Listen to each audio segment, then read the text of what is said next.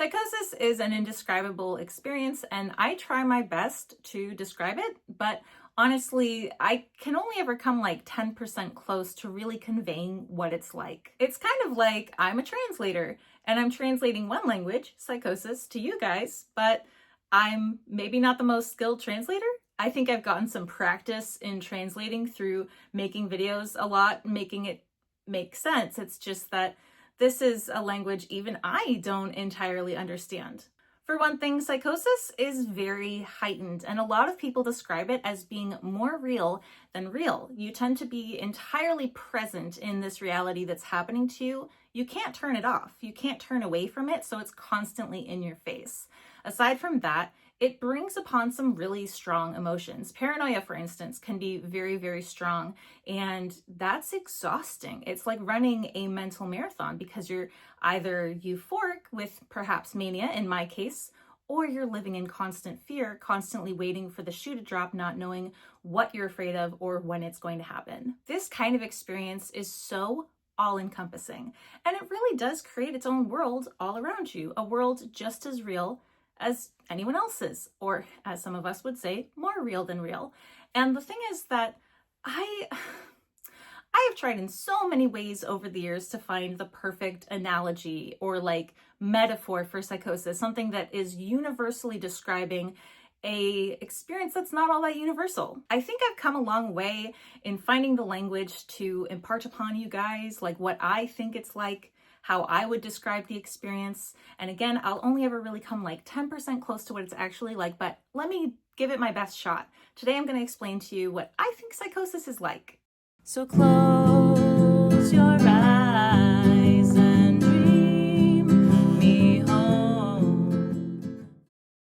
Before we get started, I would like to throw out a disclaimer to say that I am not a mental health care professional, and I am in no way qualified to give any advice, medical, psychiatric, or otherwise. Who I am simply is a person with serious mental illness who is here to share with you the wisdom and insight I've gleaned along my journey of mental health recovery. Also, a trigger warning to say that the subject of psychosis in and of itself is a sensitive subject that may at times be difficult to talk about.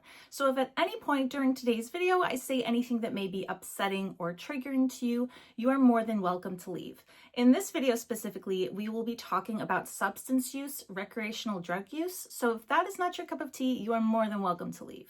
Now, I would first like to, examine how psychosis compares to other mental health disorders in the understandability of them all. So this, like I said, may not be a universal experience. There may be traits of psychosis that are relatable, but the experience itself is not as common as some of the other disorders that people come across. People may experience disorders that are relatable just in aspects of them, but hallucinations, unless you've ever had them, are honestly not all that relatable. So what would I consider to be a relatable condition? I think conditions that have symptoms that may be present for other reasons. Now, depression, for instance, depression in and of itself is a very low feeling, and it is like more than sadness. It is really heavy, and you can feel this outside of depression. For instance, say you're grieving a loved one, you may not have clinically diagnosed major depressive disorder, but you are experiencing a period of depression. That's what makes it relatable, is that people will have experiences in their life that may cause them to feel depressive symptoms outside of that diagnosis. So job loss, child loss, parents who lose their children, stillbirths. Like, there are so many reasons that a person may have depression without needing to be diagnosed. And likewise with anxiety, this can be a little bit more universal just because a lot of people can have anxious feelings without having been diagnosed with general anxiety disorder. And so I, for instance, used to have test-taking anxiety during school. And this wasn't something that was diagnosed about me, but this was an anxious feeling that I had whenever we took tests in class. And you can have anxious feelings around maybe riding a roller coaster or public speaking, and this is perfectly normal. This is perfectly common. These are feelings that people may have regardless of mental illness or not. So while some people may not relate to the actual mental illness, and they may never have it on the scale of major depressive disorder and generalized anxiety disorder, they have had aspects, they have had tastes, they have had a little bit of that experience, maybe not to the scale of having it diagnosed as an actual mental illness, but nonetheless, these feelings are feelings that can be experienced for a wide variety of reasons. Now, psychosis may have causes that are for a wide variety of reasons, but the feeling of psychosis is not something you would feel every day. Maybe paranoia. I think paranoia is actually quite common outside of psychosis, but that is not to say that a person has the feelings, or rather perceptions, of delusions and hallucinations, and I found that difficult to describe. It's really hard to explain the magnitude of those symptoms to people who've never hallucinated or had delusions. So I had to really rack my brain for what that could compare to. Like, if you've never felt like voices in your head yelling at you, what could you possibly compare that to? I tried to think, and ultimately what I came up with was drugs. Drugs must be a lot like psychosis, right? At the time that I came to this conclusion, I had had psychosis, but I had never actually tried drugs. I had specifically never tried hallucinogenic drugs, and I was going around telling people that psychosis is a lot like an acid trip. Having never done acid, I really didn't know what I was saying, and now that I am a recovering addict with much experience behind me, I can honestly say that it's not quite like that. I was more into mushrooms. So full disclosure, like I said, I'm a recovering addict. I have 6 years sober in recovery, and that's all drugs. That's not just, the hard ones. That's marijuana and alcohol as well. Marijuana, in fact, is the most dangerous drug to me as a person with a psychotic disorder because it does tend to trigger psychosis. So I loved hallucinogens. And the reason is because I thought of it as psychosis light. This was desirable to me because the experience of mushrooms, my favorite, was that basically I was on like a little baby roller coaster, like the little one that goes like this. Not this kind. I was on like this cruise, like the very safe, non-scary, non-exciting, really kind of roller coaster that little kids would try for their first roller coaster. So this would be, I guess, someone's first exposure to hallucinogens. Now, in that state, I felt that I was in full control because this, as psychosis light, was very manageable to me. The experience on mushrooms was, for instance, not one in which I lost awareness. So I was fully aware the entire time that I was tripping on a drug. And so I didn't feel at any point outside of that control where I was fully immersed in these symptoms, these effects of the mushrooms. And yeah, it was so easy to navigate. It was so manageable to me. It was so much less than psychosis that it was like a walk in the park. And I liked that because there were some aspects of psychosis I did like, for instance, when I would have mania. And this was like a milder version to the point where I felt there was no possible way I could have a bad trip because I was so familiar with this on such a grander scale that handling this was nothing. And I was right. I've never had a bad trip. Never. Not possible for me. Because of the experiences I've had in psychosis, my experience with anything hallucinogenic is so much more manageable that it is literally not possible for me to have a bad trip. I am in such control of my mental state on those drugs that it is like literally so easy to be on those drugs without having a bad trip. Not possible. So after coming to that conclusion and realizing that this was kind of, like I said, a walk in the park, like this was so easy, it was just nothing like psychosis. Nothing like psychosis. Like maybe like 0.0000001 like psychosis. And another reason for that is that psychosis is ongoing and my episodes would last years. And so that's not some trip that you come off of after like 17 hours. That's not a ride you can get off of. It is every second of every day of your waking and sleeping life. And when I realized that it's part of my waking and sleeping life. I kind of cracked the code on how I think I could best describe psychosis. First, let me paint you a picture. I'm in the hospital. I've been there for several weeks, and I see the psychiatrist quite frequently. Really great guy, Dr. Weiblinger.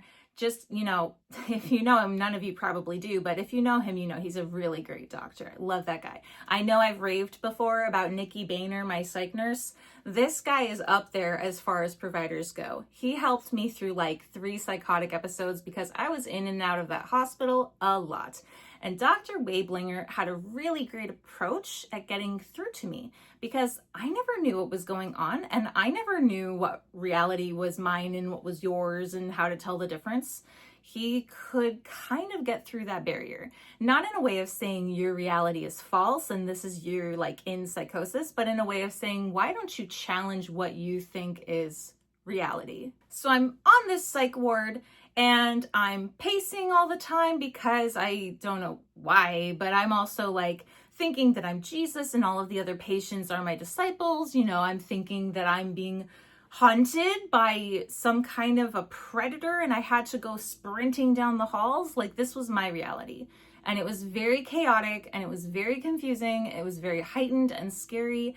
And Dr. Weiblinger was probably the only one where I could feel any sense of ease in his presence.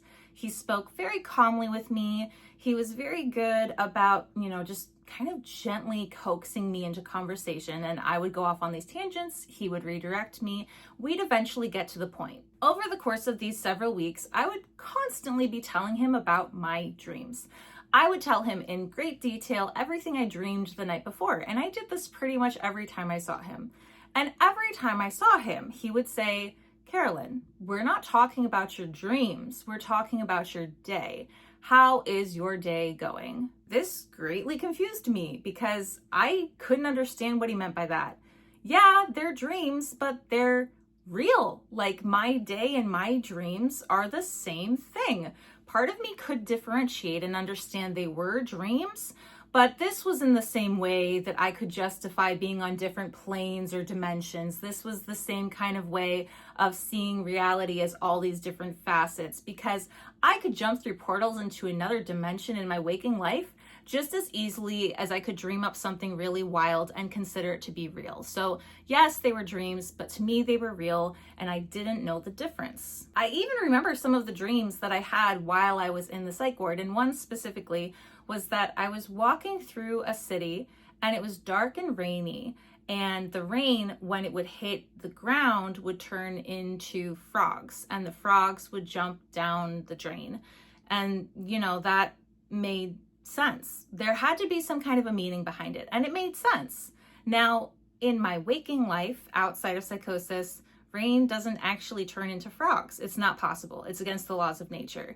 But it still in my mind has a way of making sense because I remember the rationale and how I explained it to the doctor, and how this was maybe a sign or an omen or something. Like, this was so important. You had to understand, Dr. Weiblinger, the frogs, they mean something. This is real. And that's how I realized that these dreams that were just as real as my reality are the perfect way of describing psychosis. Now, I know not everyone remembers their dreams, and there are people who will even say they don't dream. As a person with narcolepsy, that's not true. I know enough sleep science to know that everybody dreams, just not everybody remembers them.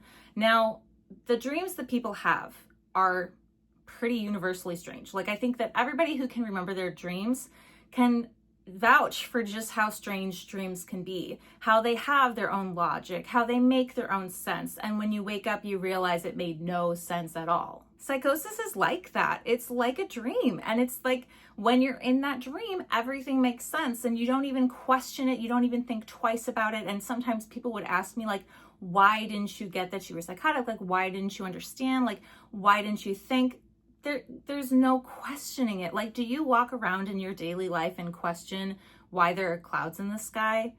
No, that's not even something you have to think about. And it's the same in psychosis, and it's the same in dreams. When you're dreaming, you just kind of go along with it, and maybe you can fly, or I don't know, maybe there are like orange, like elephants, whatever it may be, in dreams, that makes perfect sense. You wake up and you realize that that was so confusing and you can't quite explain it. I've tried so hard to explain my dreams to people, and as anyone I know can say, it's really hard to explain or describe dreams, and they always sound really weird, and they never even come close to conveying just how intense that dream was. I remember my dreams really vividly. As I said, I have narcolepsy, and people with narcolepsy tend to have much more vivid dreams than the general population. So I remember my dreams in explicit clarity. I can remember dreams from weeks and years ago, and when I try to describe them, I can do my best to translate the dream, but it doesn't come across, and it just sounds clunky and weird, and people hear these like disconnected little pieces and think, I don't understand how that goes together. That doesn't make sense. It's the same with psychosis. And when we get into the hallucinations and delusions, that is so dreamy. Like I said, orange elephants, would you ever see that in your waking life? Well, with hallucinations, you might. Like if you're psychotic and you're fully awake, if you see an orange elephant, that probably makes sense to you because it's in your environment and it looks so real. It practically looks tangible and you don't question it. So hallucinations are a lot like the things you would see in dreams. I tend to see really colorful images, like fractals and just like visions of mixing, morphing colors, and it's beautiful. But it's not something that you could ever possibly see outside of that. So the things you see in dreams that can't be described, they're a lot like hallucinations. The things that don't make sense, the things that you could not possibly see outside of a dream, it's very, very similar. And delusions as fixed false beliefs are another thing that you just don't question. You just believe it so purely that you don't give it any second thought. It's just, it is what it is. It's a fact. It's not opinion. This is the truth. That's what people think of their delusions. And in a dream, you'll have beliefs that you don't question and you don't realize they're weird. Like I've had dreams where I have some kind of boring dreams, honestly. Like I had a dream the other day that I was at a convention with my friend and I'd brought my messenger bag from my hotel room and I said, oh, I wish I hadn't brought this. And she said, Carolyn, you're dreaming. Why don't you just snap your fingers and poof it back to the room? And so I did, and the bag went away. But where was I going with that? Oh, yeah, beliefs in dreams. Okay, so like I've had dreams where I believed that I was a queen. I had a dream where I believed that I was at my summer camp and the counselors were turning the kids into zombies and I had to fight them off with a katana. That was a really exciting dream, actually. But like I very vividly remember the paranoia in that dream and believing so strongly that these counselors were going to do this. It's bizarre. It doesn't really make sense that counselors at a kids' summer camp would be doing that in reality. Like zombies aren't even real, for one thing. So yeah, that belief I had in my dream, which makes absolutely no sense, was real enough in the dream that I was paranoid. And it is just as realistic in a dream as it is in psychosis. So I really truly believe that anybody who can remember their dreams can understand a piece of psychosis. And beyond that, they might understand why people in psychosis act the way that they do. Are you an active participant in your dreams? Do you actually engage, or are you just an observer? For people who do actively engage in their dreams, for instance, I used to float. Maybe I was flying, but I really was just like hovering. I would have dreams where I would hover over people and over cities, and that is an active participation. So in psychosis, we act out our experiences of reality just like a person would in a dream. It's just that when you're awake, to anyone else, it seems really strange. Like commonly, people will often talk to themselves. They're not talking to themselves, they're talking to the voices that are talking to them. But to anyone outside of that, it looks like they're just talking to themselves. Now, I just want to clear up that it is not the case that people are having a conversation with themselves. They are having a conversation. And it just so happens that much like sleepwalking, people in psychosis are acting out this experience, i.e. their dreams. I used to actually have really weird nighttime behaviors on one of my medications that caused me to sleepwalk and eat random shit in the middle of the night. Like I would go to my kitchen and cook a pot of broccoli and then wake up the next day with half a pot of broccoli on my stove thinking, okay, I guess I did that. And so that kind of stuff is like, I don't know, I wouldn't say it's normal human behavior, but it is things that people are capable of.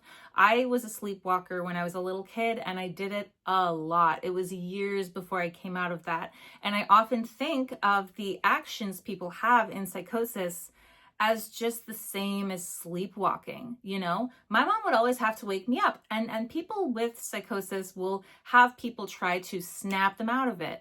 And it's not possible. Maybe with sleepwalking, you could wake someone up, but it's not usually that easy, much like trying to snap someone out of psychosis. So there are a lot of parallels. There are a lot of ways that psychosis actually can be a universal experience, ways that it can make sense to people who don't understand the logic. It's like dream logic. It inherently doesn't make sense, but you don't question it. You wouldn't question the orange elephant in your dream, would you? So yes, if you can think of it like dreaming, psychosis is actually quite relatable. And I would just like to say that because psychosis is so scary, it's more like a nightmare. It's more like you are living in a waking nightmare. And for this reason, a lot of people can become agitated or defensive, right? Now, I know violence is a touchy subject. A lot of people love to blame people with psychosis for being violent. And in reality, it's only marginally more common for people with schizophrenia to have violent behaviors than the general population. Like, it is such a slight difference. Yes, it is more common. Does that mean it's common? No, it's not common at all. But I think if you can understand that the people in psychosis are living in a nightmare, their actions might reflect the way anyone would react in a nightmare. Like, let's say you had a nightmare that someone was attacking you with a knife and you had to fight back, and you might punch them in the face.